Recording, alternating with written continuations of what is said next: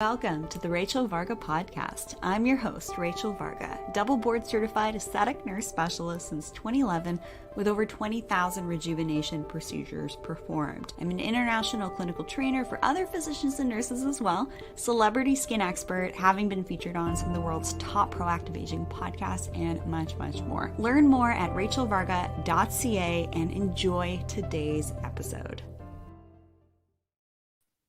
Welcome, everyone, to today's episode here on the Rachel Varga podcast. I have a really exciting guest joining us today.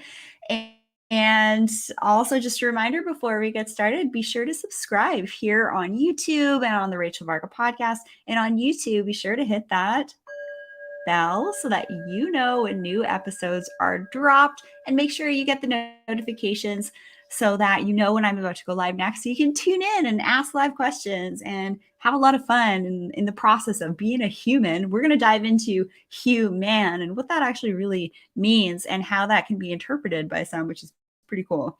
So in today's episode, we're going to be talking about how aging is technically a program and delving into topics like sentience and self-actualization. And as you know, here on the show, this isn't medical advice, educational information only, but really what we cover here is to help support your body, mind, spirit, and energy practices to help you bring forth a higher level of radiance and beauty. And beauty and radiance does not happen by accident. In my experience and through conversations, it is something that is cultivated throughout our lives. Let me tell you about today's amazing guest. We have Kristin Gillespie joining us today. She's a healer, a filmmaker, and writer, director, producer of Awake documentary series, Deconstructing Sentience, which is an amazing film. I recommend you all check it out.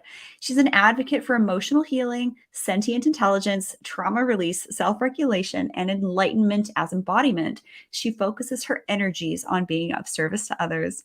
Kristin has been in recovery from addiction since 2012, when she awoke from her slumber in a big way, which sparked her fascination with what it really means to be a sentient being and why we go to such extremes to escape our so-called negative emotions. She has a donation-based holistic healing therapy and counseling practice in the UK and has been working with pure 5D, heart-centered energy philanthropy consciousness for the last decade by way of giving from the heart without condition.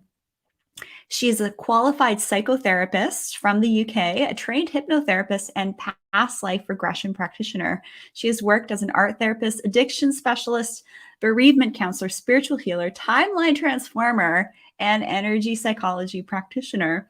Previous to her awakening, Kristin was a reporter for NBC News and producer at MSNBC.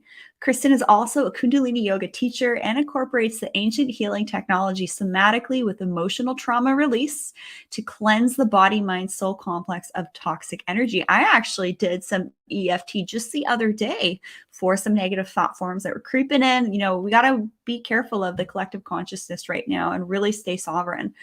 As an awakened agent and spiritual catalyst, Kristin believes she has being divinely led to help others reclaim fragmented aspects of self and stand in sacred soul sovereignty.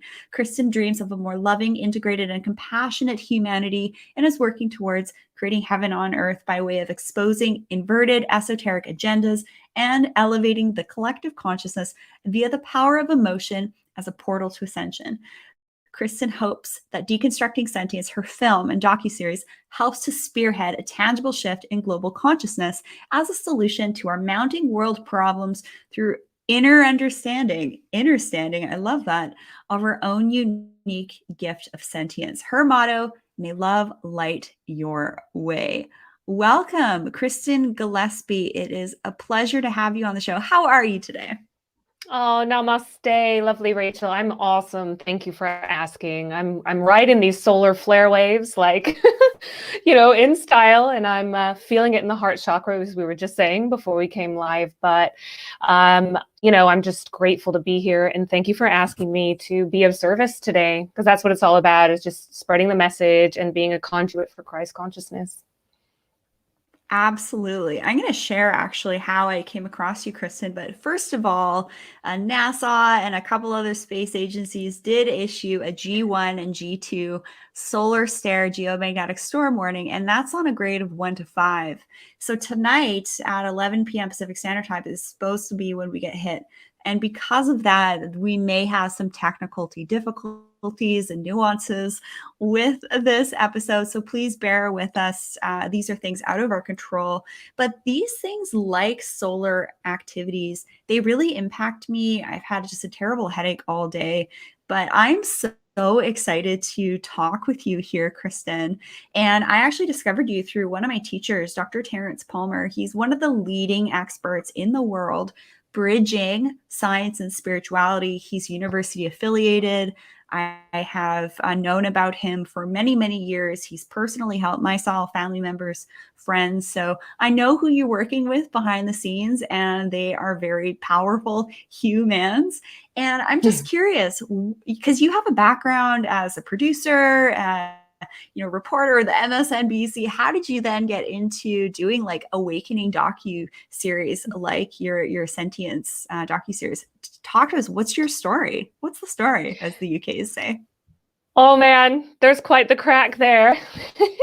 Really going back, I feel like I've lived two lives. I almost feel like I was a walk-in, but I know that wasn't the case actually. For me, I just finally stepped into my own power when I awoke back in 2012. So previous to that, my life was very career driven. I was a reporter for local NBC affiliates, and then I worked on the network level at MSNBC. And it was all about kind of getting ahead. And, my life felt very empty on one hand, but I was very academically driven on the other. I always had a really deep spiritual side to me, but I was really numbing myself out and self-medicating, if I could be honest about it. And I got really, really ill with alcoholism. So my addictive tendencies really caught up with me. And that all culminated in a series of near-death experiences, one of which I'll just say straight out, and it's in the beginning of the film. I was raped, and I heard voices. I needed 2 blood transfusions. And when I was there in the hospital, I just had like a feedback loop going on in my head. Don't close your eyes. That's all I heard. Don't close your eyes, over and over again. And in that moment, I knew that it was the love I had for my little girls, who were only 2 and 4 at the time. And that really inspired me to start to get better and choose life. And I really, from that moment on, decided that I was going to commit to living, and not just living, but thriving, because my life before that had always been filled with panic attacks and incredible amounts of pressure. I can be a huge perfectionist and, anxiety riddled human being. And it was stifling my hue. And what we mean by that is my inner light. I wasn't able to shine bright at all because I had all these programs and all these templates really stifling the radiance of who I really was. So I chose life, and it was like a, those little slingshot things. Like I was so far in the dark that I just went, pew, and I catapulted out into the light, into this world where I learned really quickly from people like Bruce Lipton, that, the granddaddy of biology of belief, who I've had the pleasure of interviewing, that our beliefs really do create our reality. And I am a lot more in command of my holographic projection of consciousness that we call life than I ever thought possible. And I really started dipping down into the heart, and I got out of the mental fields, or I integrated them, and I retrained as a psychotherapist. And I really started putting health, healing, and being of service first. And that was my number one priority, was, can I be a conduit of Christ consciousness today? And that was really just paved the way for a series of other trainings. I'm a self-professed sort of training junkie, because that's part of what keeps me young, vibrant, and really it feeds my vitality, is really my fascination with life, with learning, with linking science and spirituality. It was the science that helped me believe. And I still really work hard, because I think there is a brotherhood of scientism that can kind of lead us astray. But if we really integrate the new science of, say, epigenetics and consciousness study and quantum physics with some of the old mainstays, then we're really getting somewhere, and we can reach a lot more souls as well. So that's the story in a nutshell. It's like almost the tale of two people, but combined in one. And what's really cool about it now is that all of that and becoming an outsider and really becoming I was literally living on the streets. I was really, really ill with active addiction. You wouldn't have recognized me. I looked completely different. I acted completely different. And, all of that has helped me acquire compassion, earn empathy, and really reprioritize what's important in life to get to this point now where I know that I am living my dharma. I am absolutely living my purpose and my mission right now. Sorry, I've just got a little ding. I hope that didn't appear in the audio here. As in terms of what I am meant to do here and how I'm meant to serve this unity consciousness that governs everything. Absolutely. All good on my end. So one of the things that I came across in an interview yesterday with Dr. Evan Hirsch. He's a fatigue specialist, an MD turned functional medicine, rockstar healers. That's what they're doing. And we were talking about something I learned with Dr. Joe Dispenza and Greg Braden and Bruce Lipton, all these rock stars that are touring the planet, sharing really good things. And for heart-brain coherence, one of the phrases that I forgot to mention in yesterday's interview was repeating the words gratitude, appreciation, caring, and compassion. Now, as a nurse, whenever I would be delivering care, I would actually be repeating those words in my mind, doing rejuvenation procedures. And, all of this stuff that we're doing here, showing up online, like this is all just like an energetic exchange. And you and I, Kristin and I, we are living our dharma. We're doing our soul's work and our soul's calling in our own special, unique way. And I've heard you talk in a previous interview on your YouTube channel. I love your interviews. So everybody check out Kristin's YouTube channel in the show notes here. But also, before I get to the next question, when you moved from being a reporter with MSNBC to now what you're doing, it's almost like you moved from the 3D to the 5D. You kind of upgraded a little bit with how you're working. And it's almost like you had moved from like the very masculine work in MSNBC. You're in this very rigid container. You got to do this, to more of like the feminine 5D as like a bit of a healer for sure, a light worker, if you resonate with terms and stuff like that, which I'm pretty sure you do. So it's cool seeing this transition with how we can really work and support ourselves in ways that lead to a higher level of vibration and inner satisfaction and all of that. What does the word human mean to you?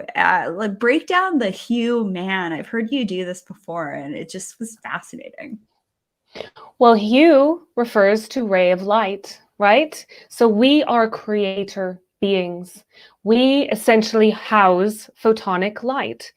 I call it light quotient. So the more light we're able to absorb and contain within our body, within our DNA, actually, and I wanted to get into DNA a little bit more with you in a bit, the more that we are able to hold higher light quotient, or one might say greater photonic density. This does have to do with the particles coming in from the sun, the gamma rays, and they activate our DNA, which in turn activates our light body, right? So when we are referring to hue, we are recognizing ourselves as light beings, right? And this ties right in with fifth dimensional consciousness. So we are assuming our sovereignty, as you mentioned earlier, my favorite word, and our own personal agency, right? Personal empowerment, that we are beings of divine creatorship, love, and light. And the more that we are able to express that way, the more that we naturally act as catalysts for everybody around us, even non-locally, right?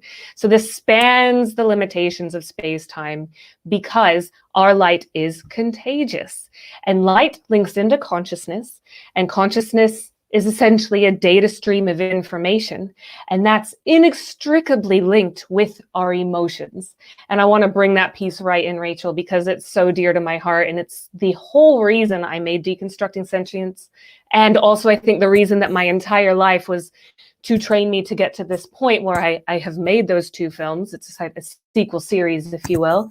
And now I can go on building upon that foundation, because I know in my heart, everything that I do has to be contributing to conscious content in some way. And I love the intention you set before we came live, because you used all of those beautiful words that really recognize that Christic Sophionic template within ourselves. And what I mean by that is really honoring ourselves as created, creators, and creating in the present, right? So if you bring man into it, obviously we embody that light.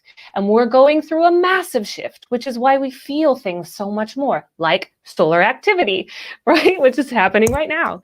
Oh, I got so emphatic. I knocked these out of my ears. That happens with me sometimes. And so we are here to embody enlightenment.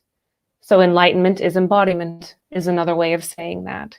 And we are ascending essentially in physical form.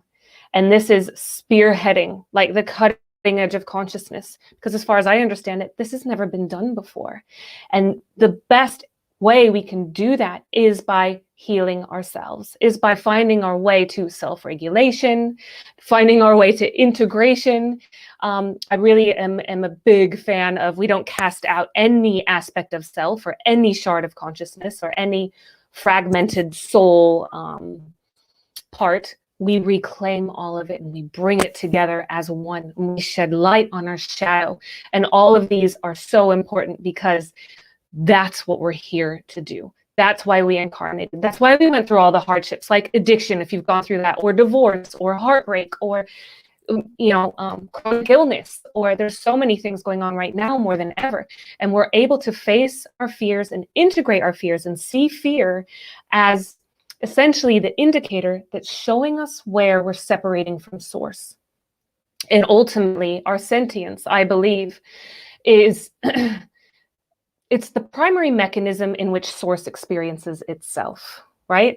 So we are divine beings. And if we look at vitality, radiance, being our best, reaching our full potential, we absolutely, I believe, have to really see ourselves as the divine, and our best anti-aging and beautifying kind of trick or hack we could ever have, the best tool, is our own divinity. Beautiful. I love that. And as you were speaking, something came up for me when you're talking about how we kind of are like light. I actually have a piece of machinery at home that I can actually measure the amount of photons coming off of my fingertips. It's called the BioWell. It's European technology. Europeans are way ahead of us in North America here with being able to work with esoteric technologies on the energetic levels. And so what I love about that is that, yes, actually we can, using specific technologies, get a read on how much energy in the form of joules our body's actually giving off. And if our human biofield is permeable, if it's thinner in certain areas, we're going to be more susceptible to other, energetic interferences, whether that be sentience, in and of itself as well. So I love this specific piece of technology. I can't wait for them to come up with a consumer-based device, because you can actually test yourself at different times in your life and people in your household and see if even some of the biohacking things that we start to bring into our life is actually creating an impact on our energetic balancing, our output, things like that, different body systems. And yes, we are certainly going through a quite profound time of upgrading. Some people will use the word ascension, elevation, awakening. I really like the word upgrading as humanity. So The next, unfortunate, in my opinion, choice point will be transhumanism with Neuralink. I'm not a fan of that. I'm not a fan of having, AI swimming around me, because even with that, we'll be even more susceptible to things like solar flares and geomagnetic interferences. But personally, when you talked about self-regulation, I do this through biohacking, through cold therapy, and learning to control my breath so that when ish hits the fan during life, because it's going to happen at some point during life, you get hurt. Like I smoked my wrist on a kickboxing bar, and I didn't know if I broke my wrist. I automatically went into my breath, like just to breath. It's just like assess what's going on, self-regulate, so you're not like freaking out and like swearing because of pain and stuff like that. So biohacking and using certain technologies to actually measure how we're managing and moving through things can be used to our benefit. But a lot of people on the planet are just so freaking in tune with themselves, like my husband. They don't need that technology to tell them that they're off or whatever, which is great. So I just wanted to add a little like science to that. We are going to get a little bit advanced in this call here from the spiritual standpoint. Both Kristin and I are part of relatively advanced communities across the globe. That's actually how we ended up connecting. This is just a really cool time to connect with like-minded individuals. I would love for you to dive into the topic of what is radiance to you? And I know you work with a lot of people. You've worked with clients over the last number of years as a psychotherapist doing your thing. And now you're healing in another way too with a group of people in the UK. We'll drop what's going on there in the future when they're able to handle all the inquiries, but there's a lot of interference that's happening.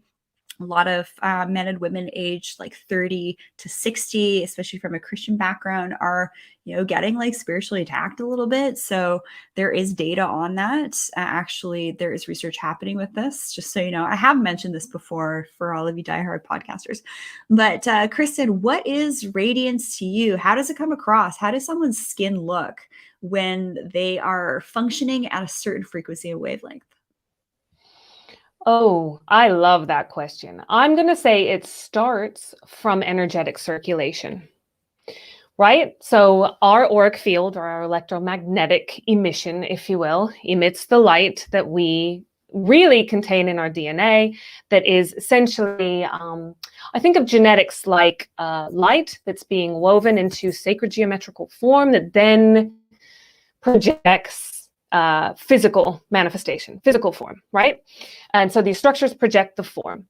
And when we, again, are able to get rid of our traumas, lighten up, so to speak, so really raise the density within our being and release that by self-healing, self-mastery, and you mentioned some beautiful techniques, by the way, to find the stillness within, which is what radiance really is. I think it has less to do with shining out and more to do with being at peace within, right? So it's really, truly the inner journey. And I love starseed and I love light worker and all those terms, but sometimes that does imply that it's out there. And even sometimes the higher self implies that it's out of reach when actually it's right here, right now. So I like to say soul self. And we can start to access that by dissolving the distorted geometrical templates, the inversion grids, the inverted matrix, if you will, or false matrix thought forms and societal constructs that maybe are outdated or just don't serve us anymore or never have. Right? So all of those allow us to then start to really reveal naturally, organically, the sacred blueprint or the essence of who we really are as spirit embodied. And yes, we're spiritual beings having a human experience, but everything about it is spiritual, in my humble opinion, right? And, the ways that we can get there are things like energy psychology and energy medicine, right? So you've got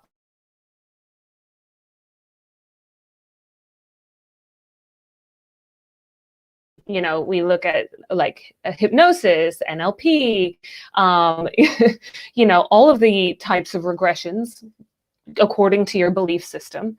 But it all does really boil down to your belief and your capacity to merge with your higher self. So I call that closing the gap between your true self and your false self, right? That's true authenticity. And when you make sure that you don't say yes when you mean no, even these little things, or when you are really bring your conscious awareness to every single decision and choice point that you make. Oh, what's the best nourishing food for my body at this moment in time, right? Just little things, little steps add up along the way to contribute to more of that light body activation, that divine blueprint naturally being emerged. And that's why I named my film Deconstructing Sentience, because it's a continuous process of deconstruction that then feeds into the radiance that naturally comes through. It's kind of like happiness, where if you try to go and find it, it's just elusive, it evades you, and it's just never quite in reach. But if you're quiet and you're still, and my quiet place, my safe place, is a beautiful infinity pool with some lotus flowers floating on it and a few little candles, and it's still as still can be. That's when happiness comes and sits on your shoulder. Well, that's, for me, radiance as well. So the more that you are just still, radiance becomes you, and it breathes you, right? So that kind of saying is, you are being breathed, right? And we can find it, yes, in our breath, and yes, in meditation. I didn't mention those. There's so many amazing methodologies, practices, and methods in which we can really facilitate that transformation and that transmutation to take place on that sacred geometrical level, and then in the level of cellular change, and then the level of really feeding vitality into your organs, and then that translates into your skin. And I don't know about you, sorry, I don't know if do I have a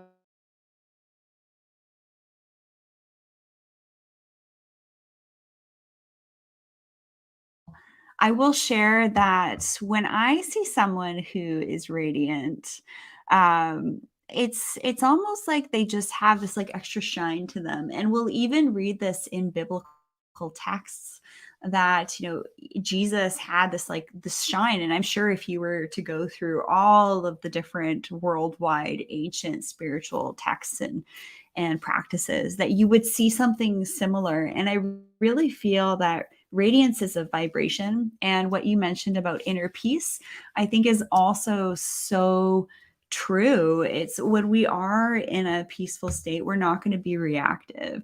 We're going to take that time to integrate what's going on in the world around us. And this is something that I think we all need to learn right now, is to how to not be reactive to things that are external to you, and understand that we really do have the power within us to make decisions that are just right for us and just the right way at just the right time. And it's almost like those of my clients that I work with that are radiant, that I'll have one-on-one sessions with, we'll hop on a call just like this. It's almost like they don't wear that badge of busyness either, right? They're not as concerned with what other people are doing. They're here, they're in the now, they're practicing as much kind of like present moment awareness as absolutely possible. I would love for you to explain, Kristin, how is aging a program? And all this talk about the matrix, and we're breaking the matrix. It's like the soft red pill. I've heard you mention a couple of times, which is pretty cool. But how is aging a program in your understanding? Oh man, that's a good question. First off, I just wanted to say that we are human beings, not human doings. So just, extending on the human thing, and we're here to be and to learn how to be. And so many of us, especially us Western women, I think, get really caught up in that trap of we have to be doing all the time in order to, I don't know, prove our worth or existence or something. But that's really just outsourcing your self-worth, right? So it's about going within. So aging, we live in a dominant aging culture, right? So we live within this construct of the collective consciousness that tells us that we're doing good if we live to 90, right? And that hardly anyone lives to be over 100, really, except for maybe some yogis out in East Asia living and meditating on a mountaintop. And I actually listened to, a few years ago, a podcast from, I think it was Dr. Robert Young. And he said something that really stuck with me. He said, "We don't get old, we mold." And I was like, what's that all about, right? And he's big into alkaline diets and everything. And he wrote The pH Miracle and all that. Probably a lot of your listeners know who he is. You probably do too. But it just got me thinking, because I was really deep into my journey. I'm really trying not to tap these mic wires. Sorry about that. I was really deep into my journey about understanding how belief creates our reality. And so I knew that much. And I really started to investigate this program of aging. And I realized, oh my God, it's just a program, just like cancer is a program, just like addiction's a program. And we don't have to age in the way that we've been taught. And no schools tell us, oh yeah, sure, you can live however long you want to. You can set your intention to die at an age, maybe even 200. Our bodies, our physical vessels, are avatars of Christic, Sophionic consciousness. And they are meant to live hundreds, if not thousands of years. And the degradation of our DNA and our light body template expression, and it's really honestly been the thing that has really suppressed that particular self-expanding belief from coming through. Right. And I love that you spoke about, I was watching the interview you did, and you talked about your biological age versus your chronological age. And I would like to assert that we also have an energetic age that's kind of hanging out there in the ether that really governs our chronological and biological ages, right? Especially our biological ages. And we know through the science of epigenetics that all of this is just an activation of consciousness, right? So instead of thinking, oh, well, everyone in my family gets cancer, so I guess, it's just in my family, there's not much I can do about it, you start to really go busting those self-limiting beliefs. And the more and more we bust through those self-limiting beliefs and break through those limitations, which are mostly self-induced, by the way, the more energy we free up. And that is then energy that can be used for creation, expansion, regeneration, and more youthful being, right? So I believe that it's also about cleansing and clearing the root chakra, because that's where most of our beliefs are stored, our self-limiting beliefs. And you also want to really pay attention to the mind, which can be a polarity organ. And that's where we get stuck into these mind control, false matrix induced inversion grids, and archontic structures that do not serve our highest good. I don't think it's a stretch for anyone to see that, yes, there are sort of power companies and mechanisms at play here that are operating from service to self perspective. And the more and more we can flip that script and be the ones who are conduits for service to other and shed light on these dark agendas, right? And all of these different programs, which are so incredibly limiting, we'll see, even in the next generation or two, humans living so much longer. And that is all available to us right here, right now. Actually, I think we might be seeing two splits. So we know we're at a human bifurcation point. People are choosing to do this, they're choosing to do that, this, right? So all these decisions that we're making, I think we're going to see an even greater split between individuals who are living in a way that they're told versus individuals who are living in a way that feels in alignment with their highest good and their sovereignty. And they are choosing to live a very intentional life, which may be outside of the mold or the program in which that they have been raised in. So I think that we're going to see some people getting sicker and sicker, younger and younger.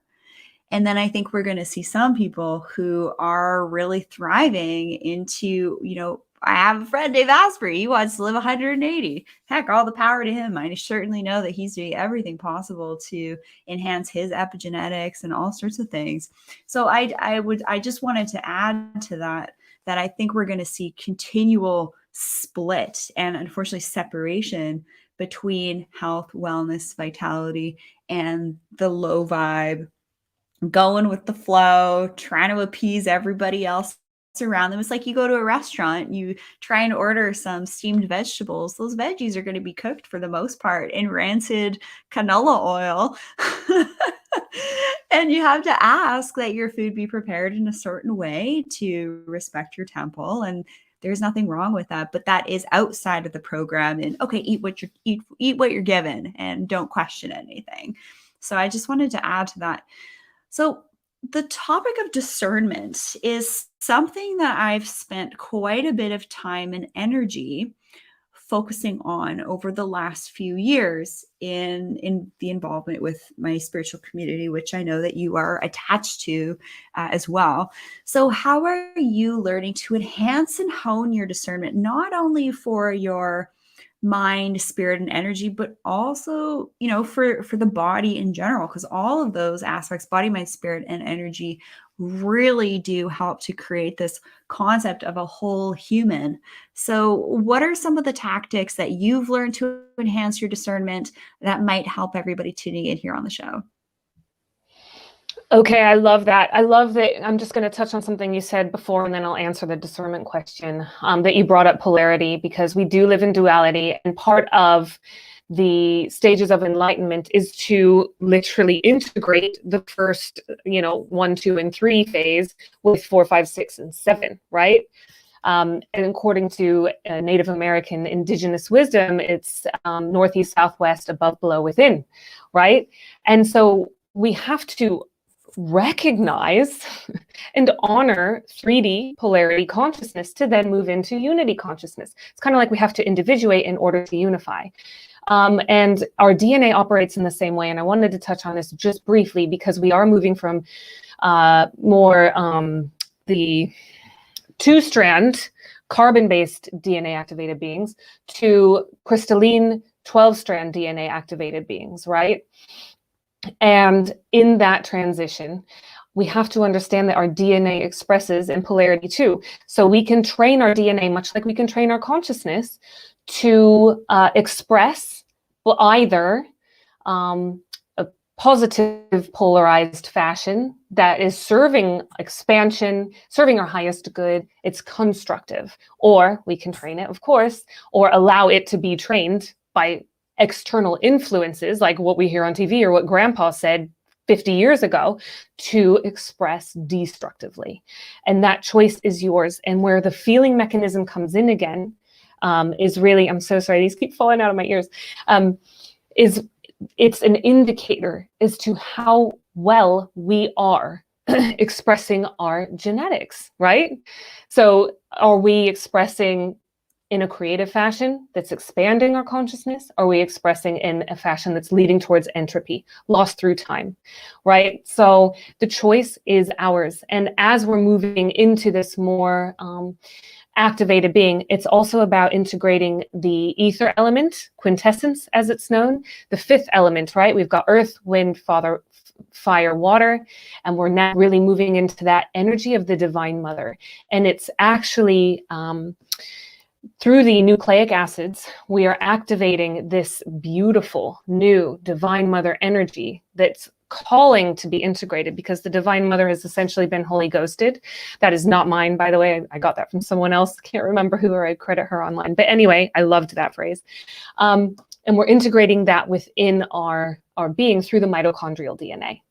So it's really important to understand that your DNA is holographic and that you have control over how much light that it holds based on how much trauma that you release. So all of that comes down to, honestly, that really lays the stage there for honing your discernment, right? And the reason is, I think, yes, that has to do with intuition. Okay, because we've got to use our gut feeling, and we've got to really get into the sensory system, which is what sentience is all about, when we are learning to develop this 5th sense, right? What does it feel like? What is it? What's the text, right? I think it is linked to clairsentience in a sense that it's really a deep sense of inner knowing, and it's very visceral. So the body keeps the score, right? That's a book a lot of us have read if we've gone through counseling training and therapy qualifications and all of that.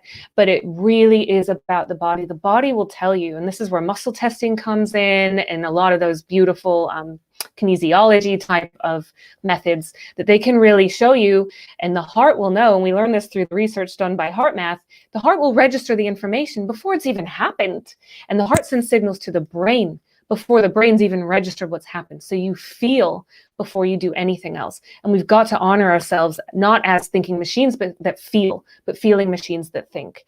And our sentience comes in as an exquisite mechanism to translate cosmic intelligence, right? So that's feeding our intuition, and that's how you discern. And it might not make any cognitive sense at all. In fact, not much is making cognitive sense lately.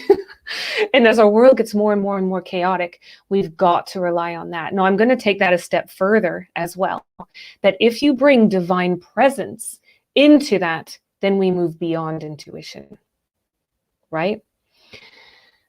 So if you are truly, truly heart-centered and you're bringing that blazing bonfire of love that your heart is to every moment of your being, there's no need to have intuition because you're just fully present in every moment, and everything is serving you because anything that's not is just falling away.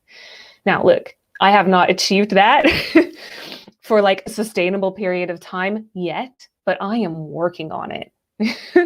And it is really amazing to bear witness to the amazing breakthroughs that I am having in that area, right? But this is an age of false light. This is an age of false prophets. I've gone through so many teachers that I once, they did serve me, by the way, for a while, and I've sort of outgrown them, moved beyond their teachings, maybe even got to know them in some occasions and thought, my God, that's not my compass point anymore. And we've got to be our own gurus, right? We've got to really, really tap into that inner gnosis, right? That inner standing that I talk about, that will never, ever let us down when perhaps a lot of other people do, even people you've trusted before, because humans can be fallible, right? And we can't change people, places, and things, but we can bring that omnipresence, that objectivity to every moment of our being, and really funnel all of the information that is coming at us through our own filters, and then make a decision from there. Is this resonating with me or is it not? Because at the end of the day, it's all about resonance. There's no right or wrong. Kick that out the window, right? There really isn't. And yes, it's a war against good and evil in a sense, but I think evil is just live spelled backwards, right? And this is like smoke and mirrors, and we hear a lot about the 5D chess game being played and all that stuff. Well, the only way through that is to develop the inner resources so that you have such a deep sense of knowing there is nothing else that can possibly create any doubt in that. Yeah, and that's just very beautifully said. There definitely can be a little bit it's a bit of a blessing and a curse when you are really in tune with yourself and you're relatively intuitive and empathic because you feel all the feels. And what we don't want you to do tuning in here is to numb out, because unfortunately what that can do if you use different particular plant medicines, alcohol, aka spirits, you're really opening yourself up to be too permeable. And I actually chatted with a client, and she's very, very intuitive woman. She's like, I had this dream that something poked me in my ovary. I was like, how did you feel? It's like, well, it's kind of intrusive. Like, yeah, you have the ability to say no thanks and call in your protection. And that's really important. That's a really important skill to have, is to really lean into what your spiritual practice is, who you lean on for your faith, hope, love, and guidance. But also, don't be surprised if you lose connection to that guidance at some point. And in fact, that happened to me earlier this month, and it was actually a little bit scary. I was like, if you know what I'm talking about, you know what I'm talking about. It's like, if you know, you know. And I'd been actually warned about this about a month or two prior to that we may experience that. So it's really important that we start to hone our discernment and our self-reliance and know what feels good for us. And sometimes it's good to have that contrast of, okay, we know that this doesn't feel good for us, and we know that this does feel good for us, so that when something happens, we can then utilize our judgment to see where we may fall on that scale. So discernment is something that I know you're learning with Dr. Terrence Palmer and the community there and all of that. And it's really, really key because there are a lot of quote unquote false prophets, people saying, do this, do that, hey, join the club for ascension. I mean, there's this whole commodity even around it as well, and all these group trainings that you can be a part of. And so you have to be really careful. You have to really tune into your wise discernment. And it's funny when we're looking at, I follow a bunch of accounts that have different names, and one of them is like Starseed Consciousness, things like that. And there's an image of two entities. It was kind of like male, female, and then in between them was actually a cryptocurrency logo. And I know that you had mentioned, yeah, and I don't think that they maybe knew that was what that symbol was actually here in like the 3D. But the quantum financial system is taking over. And this can be scary to a lot of people, but everything on the planet, if you haven't noticed this, 2 weeks is now almost 2 years, if you know what I'm saying. Things are moving at such a fast rate. You have got to learn these skills and have got to learn how to upgrade and navigate these things in a way that feels right for you.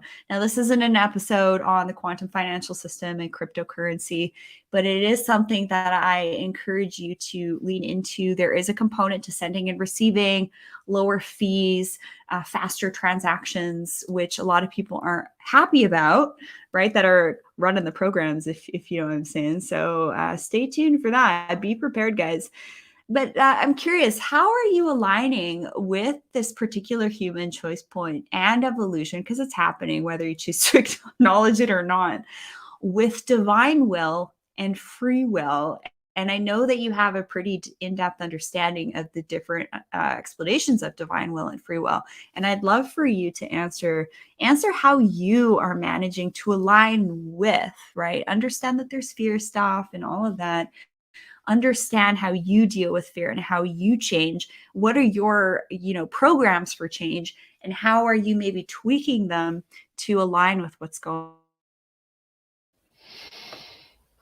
Okay, I love that question, Rachel. Thank you. It's all about knowing the difference between a judgment and an evaluation, for one, right? Because a judgment creates karma, if you will, whereas making an evaluation can help bring us into our dharma. So to really witness a situation and then apply it to really putting in action, using that acquired wisdom in the now moment, right? That's an evaluation. Totally different. That can help us then start to move our way into understanding this thing about free will and choice points, right? We have to understand how to make a really educated evaluation. And it's actually a really felt evaluation as well, because educated can imply really mental, cognitive fields. And yes, that's a tool. That's a divine tool for us. The mind gets so much crap, much like the ego, but we just need to bring it into balance with the rest of us. Right? Homeostasis, baby. That's what it's all about. So in order to understand free will, we have to understand that we have choices in everything that we do. Even if we have soul contracts or spiritual agreements that we've made out in the ether, life between lives, before we incarnated into this physical form, we still have the choice to change them. Right? But change requires awareness. So I believe personally, for me, it's about aligning my will, Kristin's little finite consciousness, with that of divine will. Right? And that's going to feel right, what I call goodly, godly, resonant in the body.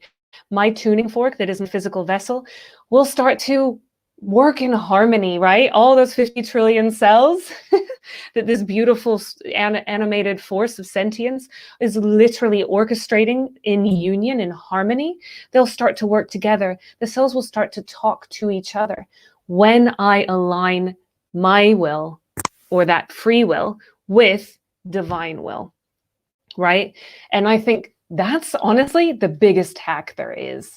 And it can really feel difficult to do sometimes when you're presented with something in your reality that's painful, with something that you're like, I would not choose this. No way, no way, no way. And you feel completely powerless over that situation.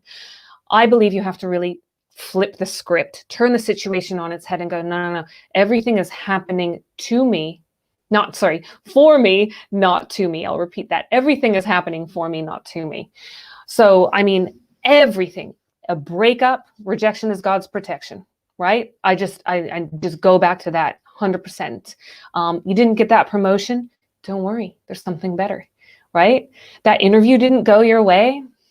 Hey, fail better one more time, right? And the only difference between a failure and a winner is the person who tried that one more time. And we're all here to experience life. And there are no mistakes. My children taught me something beautiful. When they were really little, they said, Mommy, our teacher tells us there's magnificent mistakes, right? There's nothing really bad. We just make magnificent mistakes. And that's it. So we can go out and go, all right, I'm going to follow this compass point. And if we start getting away from divine will, we'll feel it. Doors will start shutting. Things will get a lot harder. And our paths are always littered with messages from our soul self, from our higher self, from our future self, as I like to see it in the quantum field, right? And that will bring us back into those beautiful convergence points. That's when we start to feel synchronicity, right? Like the doors just fly open. We're in the flow state. Oh my God, I cannot believe all of this is happening to me. This is my life beyond my wildest dreams. Heaven is a frequency, right? And remember that our emotions are dimensions, and how we climb up the emotional ladder is to feel through the feelings. The only way out is through. So to get to those higher virtues of humility, compassion, empathy, unconditional love, grace, divinity, right? All that is we've got to cleanse, clear, and release and integrate and listen to the messages from our anger and our fear and our disappointment and our lack and our scarcity and our guilt and our shame and whatever else is coming up for us. Boom, boom, boom, boom, boom, boom. Our emotions naturally take us back on track to align completely with divine will, right? And free will, we have that choice all the time. That alignment is preordained as well. And those are those like destiny fate moments where you just couldn't write it if you even tried for 100 million years, and you're just like, whoa. That's when you're really self-actualizing and reaching your absolute divine full potential. And that's what it's all about. And that's accessible right here, right now to everybody listening to this call. I think that some people might actually be a little bit apprehensive to even go there, because they're just like, people might be listening and their mind just be like, right? But others of you tuning in here might be like, yeah, totally resonating. Maybe I resonate with this a little bit more than that and all that cool stuff. But I would love for you to also share here, how can contact with a higher self help us achieve self-mastery and self-actualization? This is a pretty deep topic here, but I know you know your stuff in this regard. Oh yeah. Okay. So I touched on this actually in the previous question, but I'll go on. So I see higher self as future self. And I understand the past not really in a linear way, in a quantum way. And also, I just want to mention that emotion is a quantum process, right? So when you kind of get those foundations or that infrastructure laid down, it gives you a framework to understand, okay, hang on. The future doesn't change. We can't change the past, but the future changes the present as it unfolds. right? So I have learned through my extensive training in spiritual protection and getting in touch with my guidance team. I've done lots and lots of different psychic schools over the years, including the College of Psychic Studies in London and South Kensington and all sorts. And I've really honed this ability. I've crafted, I've learned. It's a skill and it's an art. And it's a way of life to live with this connection, this constant channel to your future self open. And the way that you do it is you train your current self how to go back and rescue your inner child, yourself perhaps in a previous point of trauma, perhaps yourself in a past life, right? Or life between lives. And then you teach your higher self how to do it too, or your future self, how to come back and traverse your timeline to rescue you in your moments of need. And when you do that, you start to see bleed throughs in your reality.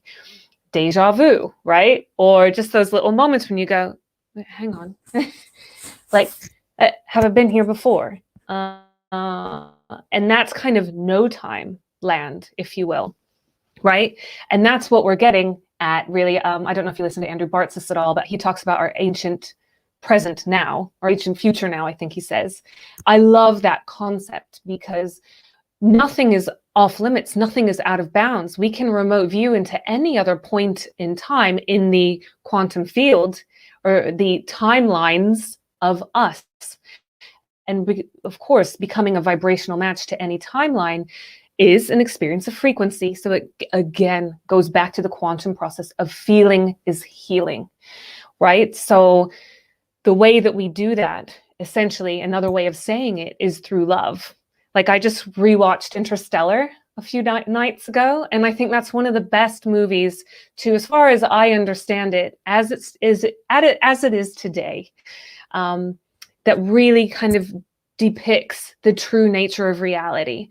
And one of the greatest messages from that film was that love is the way to communicate back through time. Right? It transcends space-time, and it is everything, and it is always there. And, if you know that, then you can never be alone.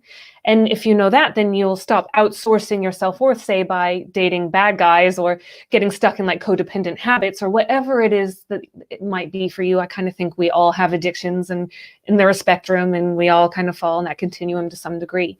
The way out of all of that is to develop that divine connection with your higher self / future self and learn how to do this healing modality. And you go back and rescue yourself so that your future self is always on call and on tap, and you essentially become one.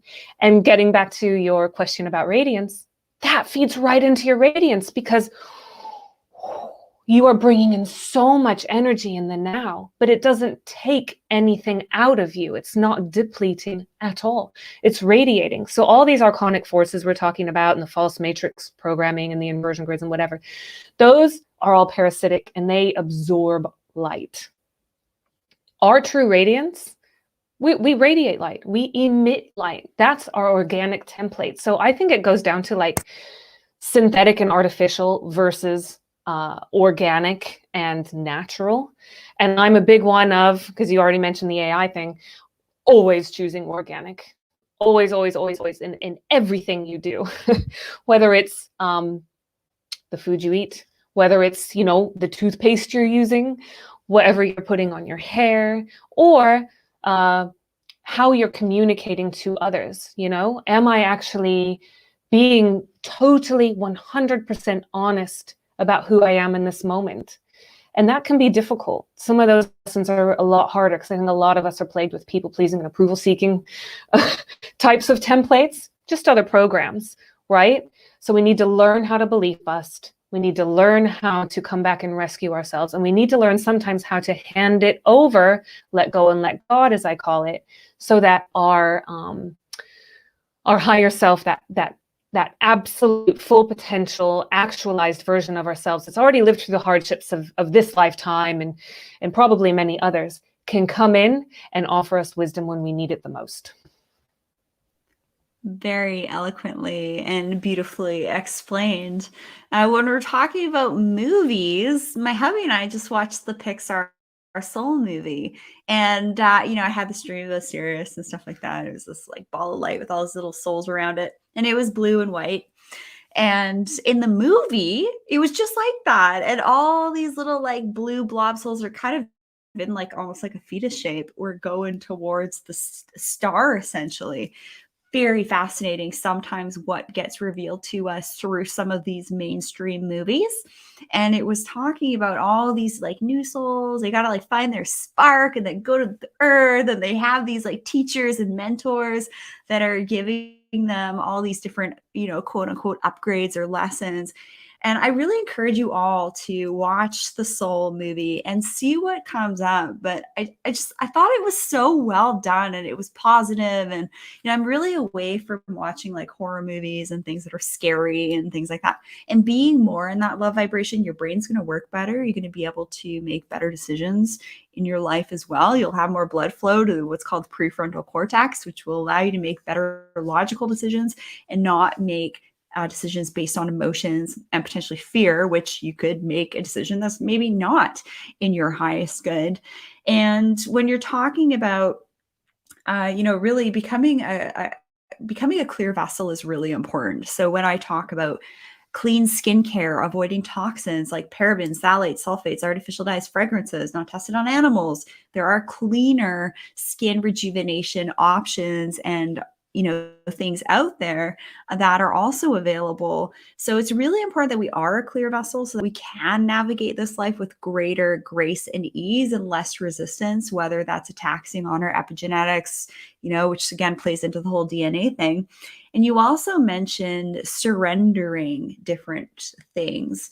So surrendering is not the same as submitting. I had a big problem with this because I'm like super masculine. I'm transitioning a little bit more into my feminine way. And so surrendering things that you feel are kind of beyond your control can be very alleviating to your body, mind, spirit energy.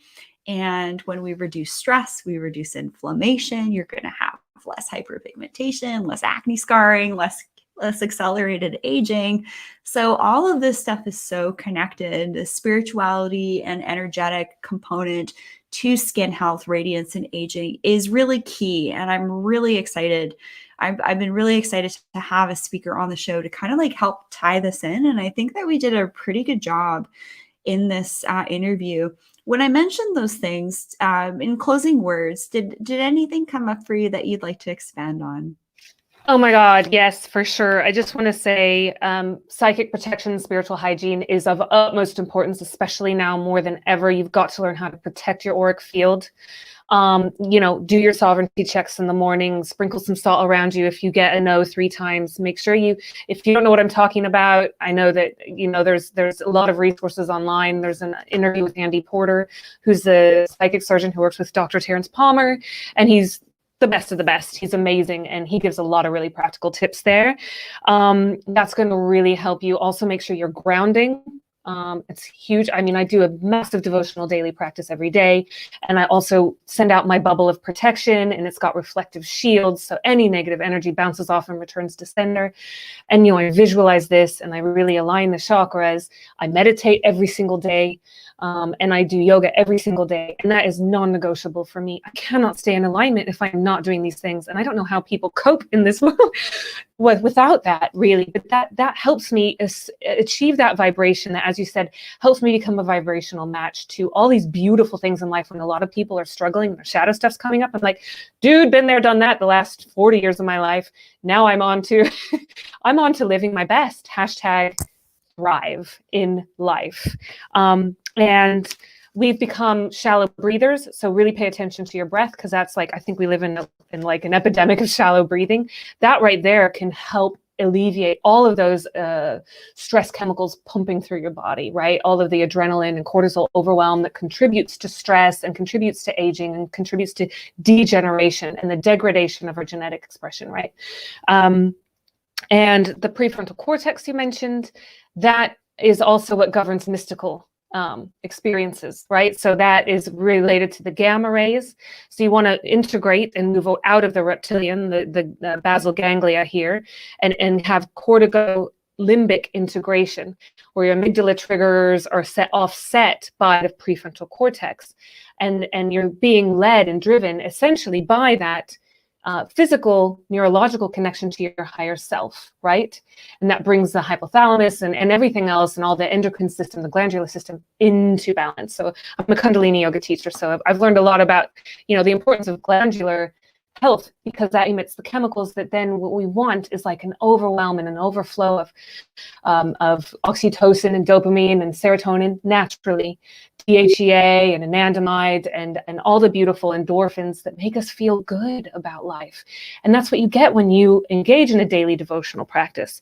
So make sure that you are doing something that's right for you, that's practical for you. Yours is going to look completely different to mine, completely different to Rachel's, and it might change. Mine's an ever-evolving kind of thing where I'm learning new techniques all the time. I can't get enough.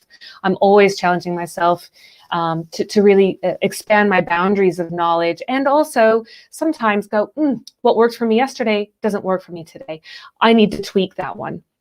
And the other thing I wanted to mention is that we are now being able to express as light workers, right? We used to only have, as I mentioned, 2-strand DNA activation, but now we're into the 12-strand DNA activation, and we can go from basically 23,000 gene expressions to 144,000 gene expressions.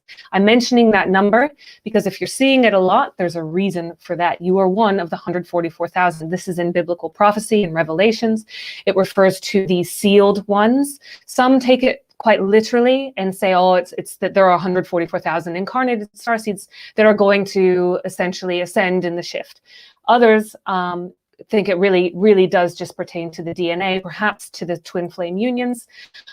Who knows? I subscribe to some of the above, and I'm still learning and surrendering to other knowledge as and when it comes my way. So the surrendering, I think I'll end on, Rachel, is the most important. I'm so glad you touched on that, because when I was getting sober, I went to a certain support group, and I would bring around a little notebook, and I would literally make notes, and I started redefining my world. I mean, I wrote down all the words that I had negative connotations attached to, and I would find my way to the positive connotation of that. Alcoholism was a big one because it had so much stigma for me. I was so ashamed. And surrender was probably the one that changed my life the most, because I thought it was failing. I associated surrender with like just giving up. And actually it's the opposite. If you look at the dictionary, it's to join the winning team. Isn't that beautiful? To join the winning team, join Team Light, right? And the only thing we're ever surrendering to, ultimately, at the end of the day, I've talked a lot about future self, higher self, soul self, divine blueprint, source consciousness, Christic Sophionic templates, and really becoming a match to the light worker starseed sentient timeline. But at the end of the day, the only thing you're surrendering to is the higher version of you. So never forget that, because that, I believe, really grounds it and helps to really facilitate that true divine expression that is everybody's birthright. And if hopefully this conversation can spark that one seed to just flip into the light and fully start to activate, we've done our job today. So I'm really grateful that you've asked me to come on the show. Thank you so very much. And I love the work you're doing. Keep doing it. And I look forward to seeing you, hopefully in the flesh sometime in the future. 100%. And just to continue on to that, we did talk about some pretty deep psychological psyche development topics, shadow work, healing your inner child, trauma, surrendering, learning how to adapt and thrive and upgrade literally on a dime. And we have to learn how to do this stuff, because if we don't, we're not going to be our most radiant versions and be here to do what we need to do. So please send me an email at info@rachelvarga.ca. I'm happy to share some of these psychological resources. If you're thinking, okay, this was resonating, I'm going to share who I work with. I'll be very transparent, who I've worked with for over 10 years. And yes, it's important to remember that for every not so good thing we see right now, there's a positive opposite to it. So we live in a world of duality. There's always going to be positive opposites. So keep your heads on straight because of that. And yes, surrender any shame that you have. It's really only going to be pulling your vibration down. But I do encourage doing some of this deeper work with someone who can guide you along the way, so that you're not opening yourself up to things that perhaps aren't in your highest good and in highest good of humanity and all that. So pretty deep topic. So Kristin Gillespie, how can people work with you? How can people find you? How can they watch your docu-series, Deconstructing Sentience?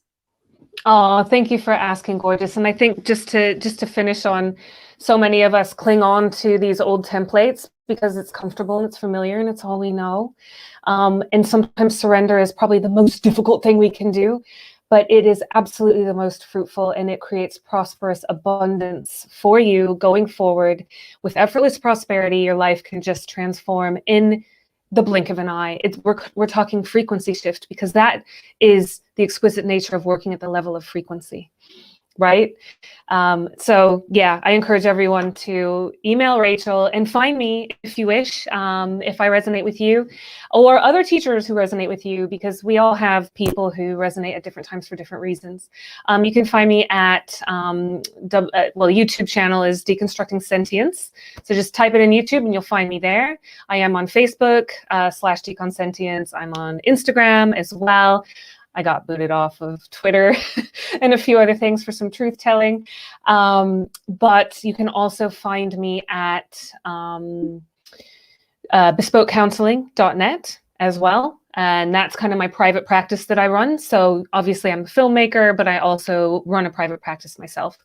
Frequency healing, looking at different energy healing techniques, energy psychology, and as I said, shadow integration, inner child work, and obviously various types of regressions and hypnotherapies that are on offer. So I'm always trying to expand my toolkit. So you can find me there, and my email's there as well. So it comes straight to me, and I'm happy to help you or find somebody who can. And I really think it's the time when we all need to stick together, because I know that us starseeds are geographically distanced for a reason. And I'm holding space and anchoring down here in the UK. And, it can feel a lonely road at times. And I know that we can all sort of feel homesick and all of that stuff. So know that, we are connected energetically. And actually, we can even start to connect telepathically. And that's the beautiful kind of next step of what we're doing here. But if you're struggling, you don't have to struggle alone, right? So reach out, get the support you need, and together we are stronger, and we are so potent right now. We are such a powerful force. And I love what you said, Rachel, about the natural cycles. Dr. Palmer's first book was called The Tao of Natural Cycles, and I'm studying that now because I'm going to interview him soon on that material. And, for every dark reaction, for every dark sort of, let's call it 5D chess move, there's an equal and opposite light reaction, right? And expansion, a lot of it has to do with maintaining the balance. And I know that that's kind of a theme that's run through this entire discussion, and I think it's worth saying again. But thank you very much. Find me there. Please watch the films and subscribe to the channel. There's going to be some awesome content coming up soon. So yeah, I look forward to picking that up. I took a little break from online work to do behind the scenes documentary work, and I'm back in front of the camera soon. So thank you. Well, thank you everybody for tuning in. It's just been a really fun conversation. I've had a splitting headache this whole time. So after this, I'm going to continue to get grounded. I know there's a lot of power in this discussion. And to be honest, if you've been following the podcast for a long time, I've been waiting a long time to do an episode like this. Like, this is really why I started doing all this stuff online, is to work with this. just full transparency. Anyways, I'm so incredibly grateful for you, Kristin, and each and every one of you who are listening and receiving this message. I love you. I love you. I love you. And, just stay beautiful, stay radiant, stay vibrant. You have a team all across the globe. You're not as alone as you think you might be. There's a lot of us. And we'll see you guys on the other side.